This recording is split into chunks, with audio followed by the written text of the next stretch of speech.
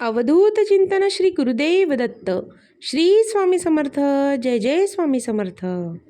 स्वामी म्हणतात, बाळा, हा संदेश तू ऐकावा अशी आमची मनापासून इच्छा आहे.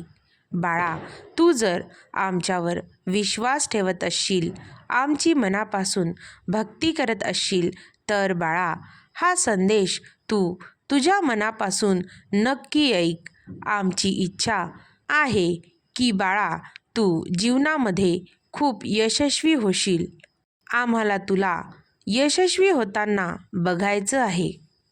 स्वामी म्हणतात, माझ्या प्रिय बाळा, आम्ही तुला वेळोवेळी चमत्कार देत असतो, त्यासोबतच प्रचितीसुद्धा देत असतो. आणि बाळा, आम्ही तुझ्यावर प्रसन्न होणार आहोत, कारण बाळा, येत्या काही दिवसातच तू आमची खूप जास्त मनापासून भक्ती करशील, हे आम्हाला पूर्णपणे ठाऊक आहे.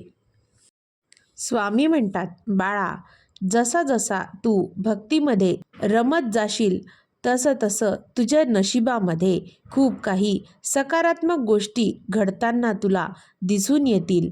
बाळा, ज्याप्रमाणे तू परमेश्वराची आमची सेवा करतोस, आमची भक्ती करतोस, त्याचप्रमाणे तुझे नशीबसुद्धा आता उजाडणार आहे.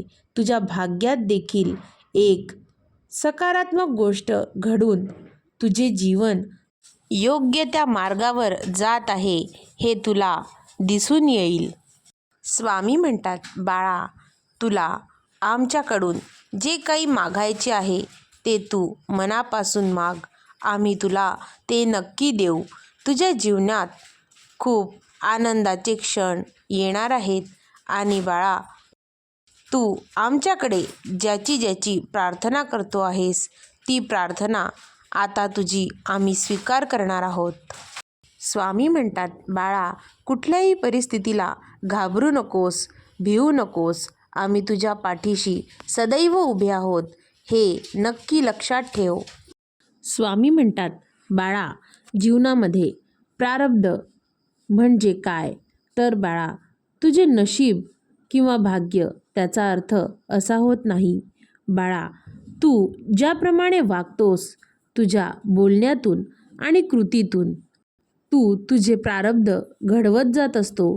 बाळा, तू जे कर्म करतो आहे ते सर्वश्रेष्ठ असते, कारण बाळा, तू योग्य ते चांगलेच कर्म करतो आहेस. बाळा, तुझे कर्म जर चांगले असतील तर प्रारब्ध निश्चितच तुझे चांगलेच घडत जाईल. स्वामी म्हणतात, माझ्या प्रिय बाळा, तुझ्या या जीवनामध्ये संघर्षाचा काळ कितीही मोठा असला आणि कठीण असला तरी बाळा, तुला जर योग्य ते मार्गदर्शन आणि तुझे निस्वार्थ मन जो जपेल, तोच खरा तुझा सोबती असतो. आणि बाळा, त्यातून तुला नक्कीच मार्ग देखील सापडतो. बाळा, ज्याप्रमाणे तुला योग्य व्यक्तीची जीवनामध्ये आवश्यकता भासते, त्याचप्रमाणे बाळा, आमचे मार्गदर्शन देखील तुला प्रत्येक गोष्टीमध्ये सफल बनवेल. स्वामी म्हणतात, बाळा, तुझं मन जर काही कारणांनी अस्वस्थ होतं, तर बाळा, त्यावेळी तू शांत राहा. कुणाशी काहीही बोलू नको, कारण बाळा, अशा वेळी तू घेतलेले निर्णय हे चुकीचे ठरू शकतात. बाळा, त्यापेक्षा डोळ्यातून, मनातून आणि तुझ्या हृदयातून तू तुझ्या स्वामींचे नामस्मरण करावे. बाळा, एक गोष्ट नेहमी लक्षात ठेव, तुझे स्वामी गुरु तुझ्यासोबत सतत उभे असतात. आम्हाला तुझ्या अस्वस्थतेचं कारण माहीत असतं.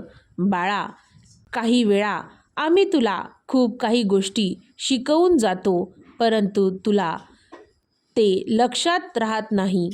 बाळा, जर तू आमचे मनापासून नामस्मरण सुरू करशील, तर बाळा, तुझ्या अस्वस्थतेचे नक्कीच निरसन होईल. तुझ्या मनाला प्रसन्न वाटेल आणि तुझ्या मनात चाललेल्या अनेक प्रश्नांची उत्तरे तुला अगदी सहजरित्या सापडतील. तुला त्यातून खूप काही शिकायला मिळेल. म्हणून बाळा, ज्या ज्या वेळी तुझे मन अस्वस्थ असेल, तुझ्या मनाला बरं वाटत नसेल, त्यावेळी बाळा कुणावरही संकोच न करता, कुणावरही राग न काढता बाळा आमचे तू नामस्मरण करणे हा एक चांगला उपाय आहे आणि बाळा एक तुझ्यासाठी मार्ग देखील आहे. स्वामी म्हणतात, माझ्या प्रिय बाळा, तुझ्या जीवनात जर तू अहंकार ठेवशील, लोभ ठेवशील, तर बाळा तुला प्रत्येक गोष्टीमध्ये दुःखाचे कारण आणि दुःखच दिसेल. बाळा, जो अनन्य भावाने आम्हाला शरण येतो त्याला आम्ही मार्गदर्शन देतो आणि अनुभूतींनी अहंकार आणि लोभापासून त्याला दूर राहण्यास मदत करतो. बाळा, तुला आमची, तुझ्या स्वामींची अनुभूती येणे हे बाळा आशीर्वादाने लाभलेली गोष्टच आहे. बाळा, तुला जीवनामध्ये अमृत मिळाल्यासारखं वाटेल जेव्हा तू आमचं नामस्मरण करशील आणि त्यातून तुला अनुभूती येऊन प्रचिती मिळेल. म्हणून बाळा, नेहमी आमचे नामस्मरण कर आणि कायमचा सुखी हो. स्वामी म्हणतात, माझ्या प्रिय बाळा, डोळे बंद केले म्हणून संकटे जात नसतात रे. संकटे आल्याशिवाय डोळे उघडत नाहीत. बाळा, तुला जर राग आला तर त्यावर थोडं थांबलं आणि चूक झाल्यावर थोडं तू नमलास तर तुला तुझ्या जीवनातील प्रत्येक व्यक्ती त्यातून सकारात्मक तुला योग्य तो मार्ग सापडेल. तुला तो व्यक्ती सकारात्मक वाटत जाईल आणि बाळा, या सृष्टीतील, या जगातील अनेक समस्या या गोष्टींमुळे दूर होतील. बाळा, म्हणून मनावर ताबा ठेवून, राग शांत ठेवून तू तुझे मन आमच्याजवळ हलके करत जा आणि आमचे नित्यनियमाने नामस्मरण देखील करत जा.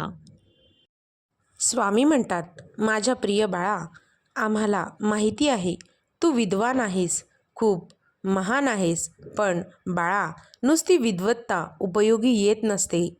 त्याचबरोबर देवावर असलेला, परमेश्वरावर असलेला विश्वास पण, श्रद्धा पण असलीच पाहिजे. ज्याच्या मनात हे असतं त्याचं हृदय निर्मळ असतं. बाळा, अशा निर्मळ हृदयातच आम्ही स्थान करतो. तुझा परमेश्वर, ईश्वर विसाव्यासाठी येत असतो आणि क्षणोक्षणी तुझ्याजवळ येऊन तुला आशीर्वाद देखील देत असतो.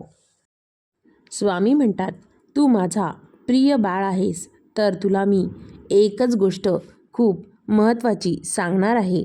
बाळा, कधीही जीवनामध्ये कधीही कशाचाच अहंकार बाळगू नये.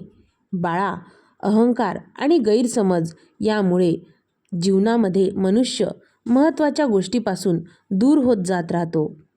बाळा, तुझ्या मनात असलेले गैरसमज तुला कधीही सत्य परिस्थिती काय आहे ते ऐकू देत नाही. आणि बाळा, तू जो अहंकार करतो आहेस तो अहंकार तुला सत्यस्थिती काय घडते आहे, काय घडणार आहे ते तुला पाहू देखील देत नाही.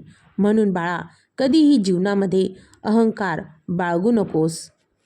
स्वामी म्हणतात, बाळा भिवू नकोस, मी तुझ्या पाठीशी आहे. हे वाक्य जर तुझ्या कानावर पडलं आणि तू ऐकलंस तरीही तुला तुझ्या स्वामींची मूर्ती डोळ्यासमोर उभी राहते ना, तर बाळा तुझी प्रार्थना माझ्यापर्यंत पोचली हे समजून जा. बाळा, श्री दत्तगुरूंचा अवतार आम्हीच आहोत. बाळा, आमचा तू परमप्रिय भक्त आहेस. कर्म करत राहा, त्याचे फळ तुला कधी ना कधी नक्कीच मिळेल. तुझ्या मनात तुझ्या स्वामींची भक्ती करण्यात तू इतका लीन होतो आहेस, तुला प्रत्येक संकटातून आम्ही तारत जाऊ. तुझा असलेला आमच्यावरचा विश्वास हा कधीही खाली जाणार नाही, हे मात्र तू नक्की ध्यानात ठेव. बाळा, तुझ्यावर कितीही संकटं आली तरीही तू जर नामस्मरण करशील तर नक्कीच तुला त्यातून काही ना काही मार्ग नक्की सापडेल आणि तुझ्या जीवनाचे सार्थक होईल. बाळा, आमच्या नामाची महिमा खूप अगाध आहे. तुझ्या समस्येचे निवारण करण्यासाठी आम्ही तुला नेहमी सांगत असतो, बाळा, नामस्मरणात खूप अगाध शक्ती आहे. बाळा, आम्ही तुझ्या पाठीशी सदैव उभे राहू आणि तुझ्या प्रत्येक संकटामध्ये आम्ही तुझ्या सोबत असू. बाळा, काळजी करू नकोस. अवधूत चिंतन श्री गुरुदेव दत्त. श्री स्वामी समर्थ. जय जय स्वामी समर्थ. श्री स्वामी समर्थ. जय जय स्वामी समर्थ. श्री स्वामी समर्थ. जय जय स्वामी समर्थ. श्री स्वामी समर्थ. जय जय स्वामी समर्थ. श्री स्वामी समर्थ. जय जय स्वामी समर्थ. श्री स्वामी समर्थ. जय जय स्वामी समर्थ.